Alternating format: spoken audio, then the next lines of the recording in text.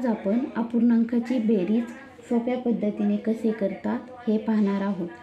तर पहिला अपूर्णांक आहे 5/8 अधिक 3/8। 5 हा आहे तो अंश आणि 8 छेद। 3 अंश आहे आणि 8 छेद। आता दोन्हीचा छेद समान आहे। छेद समान असताना बेरीज कशी करणे?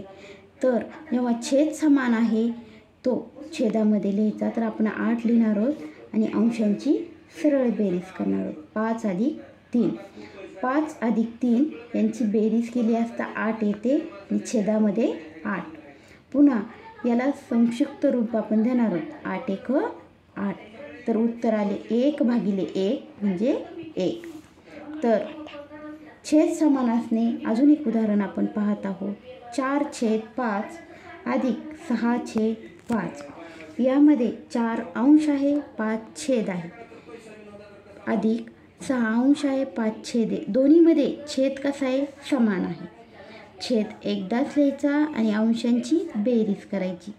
4 अधिक 6, 4 अधिक 6 बेरीज केली तर येते 10/5।